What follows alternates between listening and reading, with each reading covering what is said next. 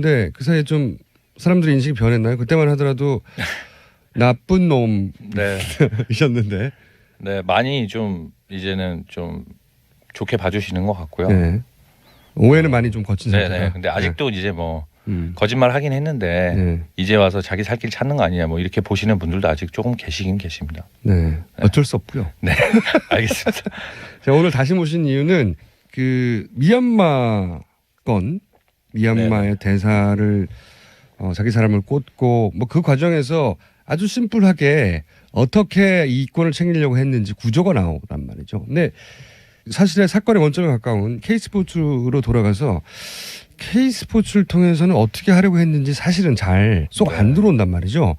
그래서 다시 돌아가서 K스포츠 재단을 통해서는 어떻게 구조적으로 국가의 그 예산을 먹으려고 했는가.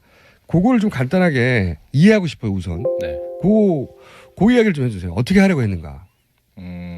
일단은 뭐 저한테 지시를 했던 네.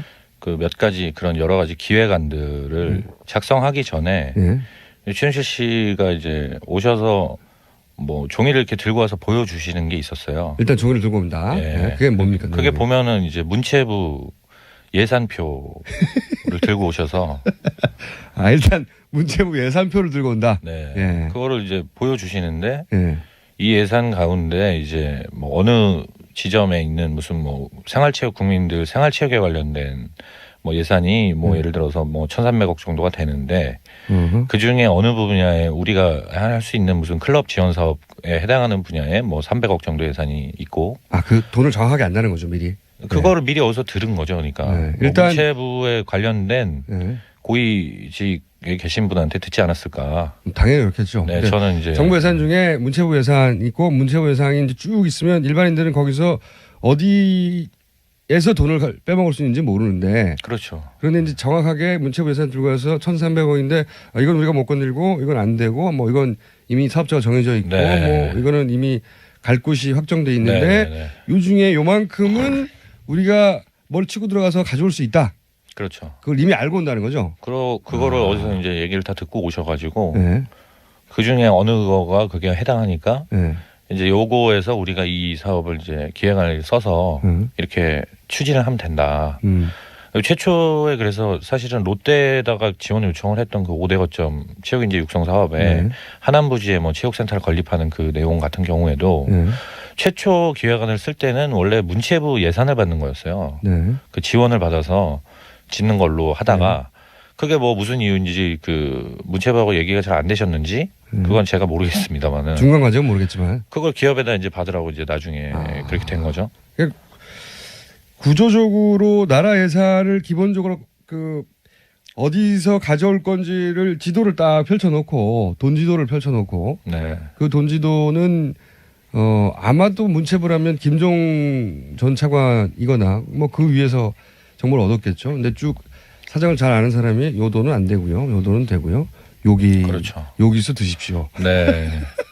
메뉴표네요, 메뉴표. 그걸 분명히 상세하게 누군가 설명을 한 것이 아닌가 저는 그렇게 생각합니다. 메뉴표를 싹 들고 와서 자, 요거 요리 가능한데 근데 이제 요리까지 대신해 줄 수는 없고 그렇죠. 네, 요거는 드실 수 있다. 그러면은 그걸 딱 듣고 와서 이제 보통 거꾸로인데 여기서 사업 계획을 만들어서 쫙 제안을 해야 되는데 그렇습니다. 원래는 원래는 그렇죠. 그런 거죠. 그런데 그게 아니라 먹을 걸 미리 정해서 요걸 어떻게 드실 건지 알아서 정리해 오십시오. 그러면 이제 박헌영 과장이 그런가 하고 이제 막 만드는 거죠. 그렇죠. 그 뭐 만드는 것도 지시를 다 해서 어떤 기조로 어떤 요지에 어떤 주제를 뭐 그 처음 개요부터 그래요? 예. 그거 어떤 내용이 들어가야 된다. 어떤 개요로 이걸 왜 해야 되는지 이렇게 설명을 해야 된다. 이런 식으로 다 일일이 이제 설명을 해 주시면 저는 그 만드는 것만 이제 아예 요런 목적으로 나온 돈이니 요런 목적이라고 그 기획서를 써야 되고 그렇죠. 이건 요리를 알아서 하라는 것도 아니네요. 레시피도 다 주는 거네. 그렇죠. 어떻게 보면. 그러면 그거를 이제 끓여서 가져가면 되는 거네요. 그렇죠. 그리고 저한테 예전에 책을 한 권 주신 게 있어요.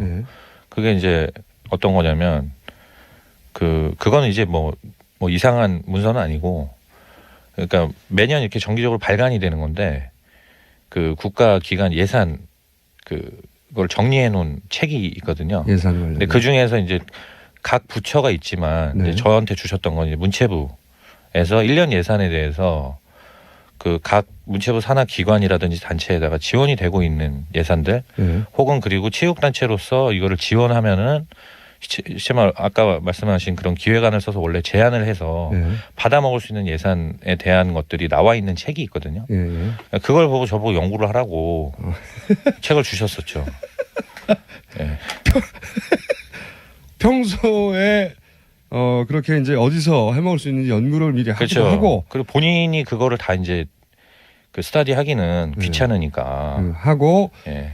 또 그거하고는 별개로 그 고위 관계자를 통해서 이번 메뉴는 이렇게 정해졌습니다. 요거 드십시오 하고 네. 그다음 그 요리는 요렇게 요런 네. 재료로 끓여오시면 됩니다. 해서 그걸 딱 가져가면 이제 일이 진행되는 그렇죠. 그런 구조로 이거 지속 가능한 빨대가 많네요. 훌륭한. 예를 들면 생활체육 분야만 하면 1,300억인데 네. 그 분야만 따로 얘기하자면 그런 식이라는 거죠. 네, 그 중에 이제 그 제가 썼던 기획안에 보면 뭐 20대 클럽 지원 사업 이런 거가 있어요. 네. 그게 원래 정부에서 진행하던 거는 종합형 스포츠 클럽 사업이라고 해서 각 지역에 그 스포츠 클럽을 지원을 하는 건데 지정이 되면 3년 동안 3억씩 9억이 지원을 받을 수가 있어요. 9억 원. 근데 그 스포츠 클럽 한 군데에다가 그렇게 지원을 하는 건데 그거가 이제 매년 원래는 조금씩 그래서 클럽 수를 늘려가는 것이 이제 문체부 원래 그 계획이고 예산이 그렇게 잡혀 있는데 거기서 이제 배정은 돼 있으나 아직 그 클럽 수가 다 충족되지 못해서 일정 부분 예를 들어 300억이 배정이 돼 있는데 그중에 100몇십억은 이미 이제 지정된 클럽들이 있으니까 거기로 지원이 돼야 되고 나머지 남는 예산이 있지 않습니까? 그걸 원래 문체부에서는 다른 여타 좀 어려운 클럽들을 도와주기 위해서 사실 그거를 배정을 해놓은 예산인데 그런 것들을 이제 요 남은 예산은 우리가 끌어올 수 있으니까 이거에 대한 기획안을 써라. 정확하게 알아야 되는 거군요. 진짜로 내부 사정을. 그렇죠. 그러면 그거는 제가 봤을 때 100% 문체부에 있는 그것도 상당한 고위직에 계신 분이 상세하게 그런 설명을 해주지 않으면은 절대 알 수 없죠. 절대 이분 그 지식으로는 알 수 없는 것들이기 때문에 저는 100% 이거는 문체부에서 누군가한테 얘기를 들었구나라고 생각을 했었죠. 지금으로서는 김종전 차관이라고 생각할 수밖에 상당히 유력한. 상당히 거죠. 유력한. 혹시 제2 후보도 있으십니까? 그거는 모르겠습니다. 저는 제가 들은 바는 그렇고요. 들은 바는. 그리고 이제 고영태 씨한테는 늘상 그런 얘기를 들었었으니까요. 김주영이 이런 정보를 다 주는 거다. 김주영이 다 이런 정보를 주는 거다. 벨이 주는 거다. 그러니까 저희끼리는 벨이라고 얘기를 했기 때문에. 벨이요? 영어로 벨이잖아요. 벨. 그래서 네. 고급 유구한 줄 알았더니 죄송합니다. 벨이 주는 거다. 그렇죠. 사실 그렇지 않으면 알 수 없는 정보네요, 진짜로. 자, 그거는 이해했어요. 제가 두 번째로 드리고 싶은 질문은 뭐냐면 헌재의 그 박근혜 대통령 측 변호인단이 계속 내세우는 논리 중에 하나인데 뭐 안 된 사업이 많지 않냐. 네. 그리고 이런 일을 기획했는데 결국 실패했다 이런 게 많지 않냐. 네네. 그걸 뭐라고 얘기를 하냐면 아니 대통령이 직접 힘을 실어줬는데 안 됐을 리가 있느냐. 그러니까 안 된 게 거꾸로 대통령이 여기 직접 관여가 하지 않았다는 방증이다. 네. 이런 식으로 안 된 사업들에 대해서 이건 대통령이 힘을 실어주지 않았다는 증거다. 이렇게 이제 논리를 펴고 있어요. 뭐 듣고 보면 설득력이 있단 말이죠. 대통령이 힘을 실어줬으면 다 돼야지. 일반인들의 입장에서는. 그러면 이제 K스포츠에서 직접 경험한 것 중에 언론에 가장 많이 거론되는 게 이제 누슬리. 누슬리가 그 WK 하고 독점 계약을 이미 맺었고 그리고 최순실 씨가 대통령하고 직접 관련이 있다면 당연히 누슬리가 동계올림픽 때 업자로 선정이 돼야 되는데 안 됐지 않느냐. 그렇죠. 그래서 그 안 됐다는 것에 대해서 방어 논리를 편단 말이죠. 계속해서 대통령의 관여가 없다는 식으로. 근데 이제 본인이 이제 누슬리의 선정 과정이나 이런 데 깊숙이 개입했었잖아요. 그렇습니다. 담당자로서. 그러면 제가 복잡한 전개 과정이 있었겠지만 마지막으로 최종적으로 안 된 이유가 뭐냐? 그러면 진짜 박근혜 대통령 측의 변호인단이 항상 내세우는 안 된 것이 바로 대통령의 관여가 아니라는 걸 입증한다에 대해서 누슬리가 안 되는 과정을 보셨을 테니까 그 안 됐던 과정을 좀 자세히 설명해 주세요. 어떻게 안 됐는지. 일단 결론을 먼저 말씀드리면 안 된 이유는 박근혜 대통령이 안 도와줘서가 아니고요. 최순실 씨 개인의 욕심 때문입니다. 네. 구체적으로 아주 디테일하게 일단, 어떤 일이 있었는지 일단 결과만 말씀드리면 그렇고요. 결론은 그렇고 그 이유가 뭐냐면 이제 뉴슬리하고 그 독점계약 5% 뭐 이런 거 체결한 거는 법원에서 제가 증언을 했고 그 부분은 뭐 많이들 알고 계실 건데 그렇죠. 거기까지는 알죠. 그 이후에 왜 안 됐느냐? 그 이후에 한국 지사를 설립하는 문제가 이제 나왔어요. 네. 한국 지사 때문에 안 됐다. 이 정도만 나왔는데. 그렇죠. 그러니까 구체적으로 얘기해 주세요. 한국 지사 설립을 그러니까 최순실 씨가 주장한 거는 뭐냐면 5대5로 설립을 해야 된다. 누슬리에게. 예. 누슬리 5, 이쪽 5 이렇게 한국 해서. 지사를 이게 누슬리라고 하는 세계적인 독점적 기술을 가지고 있는 업체에다가 한국 지사를 설립해라. 그런데 5대5로 설립해야 한다는 건 자본금을 5대5로 해야 한다는 건 무슨 뜻이에요, 그게? 그러니까 5대5로 수익을 봐야 되겠다 수익 얘기를 하신 건데 그 사실은 그쪽은 전혀 그런 비즈니스를 그렇게 하지 않거든요. 그럴 이유가 없죠. 네, 그럴 이유가 없고 원천 기술을 가진 회사기 때문에 그렇죠. 그 굉장히 특이한 그 스포츠 공학적으로 이렇게 건물을 건립했다가 조립했다가 부셨다가 하는 거에 기술력이 있는 회사기 때문에 세계적인 기술 회사인데 그 회사가 굳이 5대5라는 거를 받아들일 이유도 없고. 네. 그럼 결렬 과정을 좀 디테일하게 예를 들어서 뭐 사장을 어디서 만났는데 어떻게 했다든지. 그러니까 뭐 최순실 씨가 이제 일단 5대5 회사 설립을 얘기를 하셨어요. 그래서 나는 반은 먹어야 되겠어 이거죠. 그래서 제가 그랬죠. 회장님 이거는 얘네들이 절대 받아들이지 않습니다. 상식이 있다면 당연히. 이쪽은 원천 기술을 가지고 있는 회사고 자기들이 다 짓고 하는 기술력이 다 되는 회사인데 뭐가 아쉬워서 이쪽에서 하겠습니까? 이미 그래서 세일즈를 해주면 그거에 대한 피를 주겠다는 5% 피를 주겠다는 그렇죠. 커미션 그거는 받으셨지 않냐. 그렇죠. 그걸 저는 체결한 거를 사실은 저는 업무상 제가 좀 일을 좀 성과를 냈다라고 저는 자부하고 있었거든요. 그때만 하더라도. 그렇죠. 근데 그거에 이제 만족을 못 하겠. 다는 거죠. 본인은 반은 먹어야겠다. 그래서 계속 이제 5대5 설립을 주장을 하니까 그 얘기를 저는 이제 전달을 할 수밖에 없어서 얘기를 했죠. 누슬리 측에. 그렇죠. 그러니까 그쪽에서는 굉장히 황당한 얘기다. 어떤 의미인지를 모르겠다. 뭐 하자는 건지. 본인들은 그런 식으로 비즈니스를 해본 적도 없고 이 회사가 이미 전 세계에 이렇게 몇십 개의 지사가 있는 회사거든요. 근데 자기네가 다른 나라 이렇게 진출하고 할 때도 세일즈로 이 세일즈 에이전시한테 이렇게 피를 주고 좀 도움을 받아서 진출하는 경우는 당연히 많은데 자기네가 무슨 합작법인을 5대5로 설립을 해서 그 회사하고 이윤을 5대5로 나누는 것 자체는 자기네가 해본 적도 없고 할 계획도 없다. 할 이유가 없죠. 할 이유도 없고. 그러니까 그쪽에서는 당연히 이게 왜 이런 걸 해야 되는지 모르겠다. 얘기를 해서. 최순실이 거기서 물러날 사람이 아니잖아요. 절대 아니죠. 그러니까 이제 저한테는 아주 강력하게 계속 무조건 이거를 성립을 시켜라. 그래서 저는 이제 할 수 없이 그러면 정말 죄송한데 주슬리에다가 말씀드렸죠. 정말 죄송한데 미팅을 한번 할 수 없겠냐. 의사결정권자가 만나서 사장하고 그 CEO 분이 나오셔서 그랬더니 이제 이쪽에 이제 그 담당자께서 이쪽에서 저도 계속 CEO한테 이런 얘기들을 지금 드리고는 있는데 그러면 박 과장님 측에서도 결정권자가 나오셔서 이런 문제는 얘기를 서로 해야 되지 않겠냐. 사장끼리 해결하자. 그렇죠. 그래서 제가 그거를 얘기할 그게 아니지 않습니까? 그렇죠. 과장인데. 그래서 언제 그거를 만날 수 있는 시간이 없다면 그쪽 그 CEO 분도 굉장히 전 세계를 360을 돌아다니시는 분이기 때문에 그렇죠. 이제 겨우겨우 스케줄을 잡은 게 이제 제가 독일에 출장을 갔었잖아요. 출장 돌아오는 날 프랑크푸르트 공항에 있는 컨퍼런스 룸을 하나 빌려서 거기서 이제 그쪽 CEO 분하고 누슬리 CEO와 최순실 회장이 드디어 직접 만나게 된 거죠. 그렇죠. 저는 안 나가실 줄 알았어요. 최순실 씨가 처음에는. 왜냐하면 절대 그런 거를 이렇게 노출을 굉장히 직접 등장하는 걸 싫어하는데 완전히 싫어하시는 분인데 근데 덩어리가 크잖아요. 이게. 그래서 제가 최순실 씨한테도 이 말씀을 드리면서 저쪽에서 CEO가 나오겠답니다. 이걸 어떻게 미팅을 나가시겠습니까? 그랬더니 최순실 씨가 하는 말이 뭐냐면 그러면은 걔네들이 나와서 그날 그거 합작법인 하는 거 결정을 하겠다고 하면 내가 나갈게. 그러셨어요. 그래서 하든 안 하든 결정을 하면 원래는 하겠다는 결정을 해야 자기가 나간다 그랬어요. 그러니까 말이 안 되는 건데 그렇죠. 본인은 그걸 그러니까 강하게 하여튼 저한테 그렇게 어필하시면서 어쨌든 그래서 하겠다고 얘기 안 하면 그 스위스 놈들 내가 안 만난다. 이제 그랬거든요. 그래서 이제 제가 그 얘기를 완곡하게 이제 뉴슬리에 전달을 했고 그랬더니 뉴슬리에서도 그러면은 저희가 하겠다는 얘기를 하겠다고는 말을 못 하겠다. 한번 들어보겠다. 근데 무슨 말 하는지.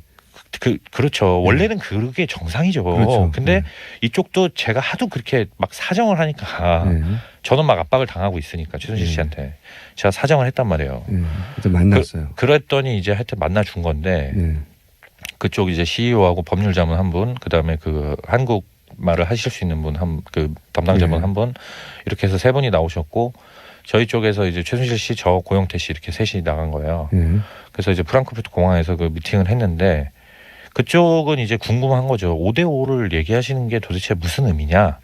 최순실 씨가 얘기하는 거는 이제 이런 거예요. 한국에 법인 세울 때 뭐 5천만 원, 뭐 1억짜리 뭐 법인 이렇게 하잖아요. 만들잖아요. 뭐 통장에 이렇게 찍혀 있는 거 증빙하고 이렇게 해서. 자본금. 그렇죠. 그러면 최순실 씨 얘기는 자본금 1억짜리를 만들면 5천을 내가 될 테니까 5천을 니네가 대라. 이런 의미예요. 네. 그걸로 5대5를 만들자 이렇게 얘기를 하신 거예요. 그리고 그렇게 5대5를 만든 다음에 수익도 5대5를 먹어야 돼. 그렇죠. 근데 그러니까 그쪽 이제 CEO가 하는 얘기는 뭐냐면 그렇다면은 우리 쪽에 이 기술력이 있는 그 뉴슬리의 기술 공법이 들어가 있는 그 공사 용어로 하면 아시바 같은 게 있어요. 비계라고 하죠. 비계. 예. 저는 그 용어를 잘 모르겠어서 비계라고 하는데 그게 아시바로 하죠. 아시바로 만약에 표현을 하자면 일본어를 써서 죄송합니다. 그 아시바에 사실은 뉴슬리의 핵심 공법의 그 기술력이 있는 거거든요. 그래서 그 사람들이 그걸 들고 와야 돼요. 그렇죠. 이 일을 시작하려면.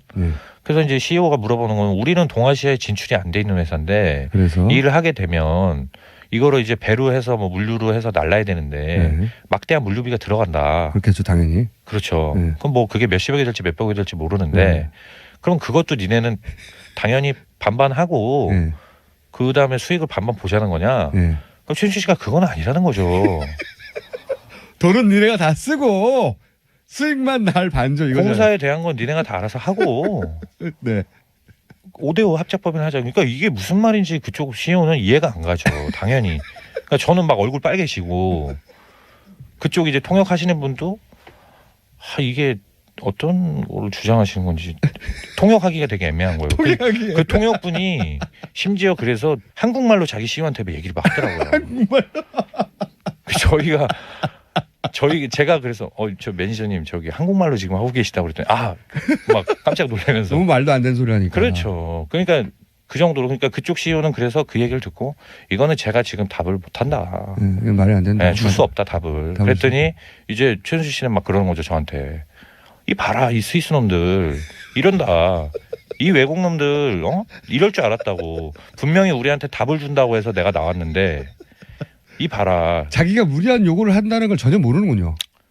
자기는 그냥 그게 당연히 될 줄로 생각을 하는 거예요. 그냥 자기 욕심이 당연히 통해야 되는. 그냥 무조건 그러니까 이 뭐 일반적인 비즈니스 매너라든지 일반적으로 사업이라는 게 어떻게 처음에 만나서 아이스 브레이킹도 있고 좀 친해지고 이런 한국에서는 다음에 안 그래도 되니까요. 한국에서는 예산표 쫙 들고 여기 드십시오 하니까요. 그렇죠. 다 그 방식으로 대하는 거죠. 그러니까 무조건 자기가 하면 다 된다라는 생각이 있기 때문에 그런 태도가 저는 가능할 거라고 봐요. 그래서 그런 태도로 똑같이 그 외국인들한테 하니까 외국인들이 그게 먹히지도 않죠. 당연히 그 사람들은 이게 도대체 무슨 소리야 이러면서 우리가 지금 당장 답을 못 주겠다 이러셨죠. 그러니까 최순실 씨가 그러면 언제 답을 줄래? 넌 줄 모르고 2주 내로 답을 줘라. 2주 내에 답을 그랬더니 그쪽 CEO가 정말 난감해하면서 자기 말고 그 뉴슬리 지분을 가진 2명이 더 있다. 핑계를 대는 거예요. 그러니까 3명이 최종 그 자기들이 지분을 가진 사람들인데 그 나머지 2명도 굉장히 전 세계를 돌아다니는 바쁜 사람들이고 그 사람들한테 다 의견 취합하려면 시간이 필요하니까 한 달 정도 걸린다 얘기를 했어요. 그랬더니 최순실 씨가 안 된다. 2주 안에 답을 갖고 와라. 그러니까 그쪽에서 막 표정이 그러니까 웃지 않을 수 없죠. 그냥 그러니까 이게 완곡하게 거절하는 것도 눈치 못 채는 거죠. 그렇죠. 그러면서 실소를 하면서 이제 그 CEO가 그러면 내가 2주 안에 답 준다는 말은 진짜 도저히 못 하겠고 3주 안에 답을 주겠다. 3주 안에. 그러고 돌아가서 3주 있다가 답을 줬죠. 정확하게 3주 후에. 안 된다고. 안 된다는 답이 와서 제가 이제 말씀드렸을 거 아닙니까? 안 된다고 왔습니다. 그랬더니 저는 굉장히 의기소침했죠. 왜냐하면 제가 이렇게 막 그것 때문에 정말 시달렸거든요. 엄청 저는 시달려서 여기까지 그래도 추진을 해왔는데 그걸 그냥 한순간에 그렇게 손바닥 뒤집듯이 얘기를 해버리니까 저는 좀 되게 사실 힘이 빠져가지고 이제 안 된다고 왔습니다. 그랬더니 거 봐라. 스위스 놈들. 유럽 놈들, 외국 놈들. 내 이럴 줄 알았다. 저런 놈들, 외국 놈들이랑은 그래서 함부로 비즈니스 하는 거 아니야? 이러면서 뭐 박 과장도 이번에 많이 배웠을 거라고 생각한다. 저한테 제가 진짜 너무 황당해가지고 사실은 근데 그 티를 낼 수는 없고 정말 그 분을 정말 가슴 속에 사겼죠 제가. 끝까지 본인이 뭘 잘못했는지는 모르겠어요. 그렇죠. 네. 자기가 욕심부려서 안 됐다는 생각은 전혀 안 하는 혹시 거예요. 혹시 그 CEO가 미팅룸을 나가면서 그 CEO나 혹은 한국인 통역을 담당했던 그 현지 직원이 혹시 담당한테 실제 하고 한 말은 없었어요? 저한테요? 네. 아니 뭐 왜 이렇게 말이 안 되는 욕을 하냐면서 뭐라든가. 그 사람들은 왜냐하면 근데 어쨌든 비즈니스고 자기들 입장에서는 좀 향후에 고객이 될 수도 있어요. 그렇죠. 네. 그러니까 최선을 다해서 예의를 갖춰서 말씀하시더라고요. 네. 네. 그렇겠죠, 당연히. 네. 저 그 한국인 매니저분한테 진짜 죄송해서 지금도 되게 미안한 마음이 있어요. 이 방송을 들으시면 그 매니저분 속사정이 이러했답니다. 네, 알겠어요. 이제 그 헌법재판소에서 박근혜 대통령을 안 된 사업을 가지고 박근혜 대통령이 관여하지 않아서 안 된 거라고 논리를 펴시는 변호사분들께서는 한번 이 방송 좀 자세히 좀 들어봐 주세요. 네, 이런 이유로 안 됐답니다. 예를 들면 자, 오늘 벌써 시간이 거의 다 됐어요. 한 가지만 더 여쭤볼게요. 네. 그 증인 신문을 얼마 전에 나가셨죠? 네, 그렇습니다. 형사 재판. 네. 최순실 씨가 직접 출석했던. 예, 31일 날 재판 네. 갔다 왔고요. 그때 이제 뭐 많은 얘기가 오갔을 텐데 제가 한 가지 여쭤보고 싶은 것은 마지막 질문으로 기본적으로 소감이 있을 거 아닙니까? 느낀 소감? 소회? 네. 네. 뭐 단적으로 짧게 말씀드리면 좀 짜증이 났고요. 짜증. 네. 왜 짜증이 났습니까? 그러니까 그 최순실 씨, 그러니까 검찰 측은 당연히 뭐 하실 질문들을 하셨는데 네. 뭐 변호인 최순실 씨 변호인 측 분들은 사실은 제가 느끼기에는 이 사안하고 크게 상관없는 질문들도 굉장히 좀 많이 하셔가지고 그러니까 그 재판하고 예, 그 재판하고 상관없는 얘기들을 자꾸 하시는 것 같아서 최순실 씨 변호하러 나오신 거 맞나? 약간 이런 생각이 들었어요. 예를 들어서 그 이경재 변호사란 그 분이 네. 이제 최순실 씨 변호하고 계시잖아요. 네. 그분이 이제 뭐 저한테 계속 뭐 검찰에서 이렇게 밤늦게 수사 막 많이 받지 않았냐. 여러 번 받지 않았냐. 헌재에서 박근혜 대통령 변호인단도 나온 증인들한테 그런 질문을 계속했거든요. 네. 유사한 질문을. 그러니까 그 소위 이제 조사의 불법성을 가지고 물었다는 거죠. 그렇죠. 그러니까 그렇게 묻지는 않으셨어요. 뭐 강압 수사 받았냐 안 받았냐 이렇게 묻지는 않으셨는데. 근데 그 질문의 내용이 그렇죠. 뭐라고 근데 하는 방향이? 그 의도가 이 재판하고 상관이 없는 내용이지 않습니까? 밤새 조사 받았냐? 네. 그 제가 오죽하면 제가 그래서 그랬어요. 그거 저한테 물어보실 내용이 아닌 것 같습니다. 저는 다 동의하고 성실히 조사 받았는데. 그럼요. 네. 저는 당연히 심야조사 하게 되면 심야조사 동의서 이런 거 다 사인도 하고 지장도 찍고 네. 검찰분들하고 다 협의를 해서 한 건데 네. 그거를 무슨 막 불법성이 없는. 네, 마치 아니냐. 무슨 뭐 제가 되게 굉장히 검찰에서 밤늦게 뭐 받으면 안 되는 건데 받았다는 식으로 뭐 고문이나 아니면 뭐 시간이 받아야 이렇게 써 있는데 여기 조사 시간을 보면 그 조서 이렇게 앞에 보면 써 있거든요. 네, 몇 시부터 몇 시까지 받았는지. 그거 맞냐? 불법성. 동의서 쓰신 거 맞냐라는 그런 질문들을 그러니까 막 거기서 하시고. 이제 최순실 씨가 가졌던 불만 중에 하나라고 초기에 보도됐던 게 최순실 씨의 변호인이 최순실 씨를 변호하는 게 아니라 박근혜 대통령 탄핵 심판에 쓰일 소재를 찾고 있다. 네. 박근혜 대통령을 변호하고 있다. 이런 얘기들이 많이 있었거든요. 네. 그 유사한 걸 겪으신 거네요. 말하자면. 뭐 말하자면 그런 것 같습니다. 네. 알겠습니다. 오늘 말씀 감사합니다.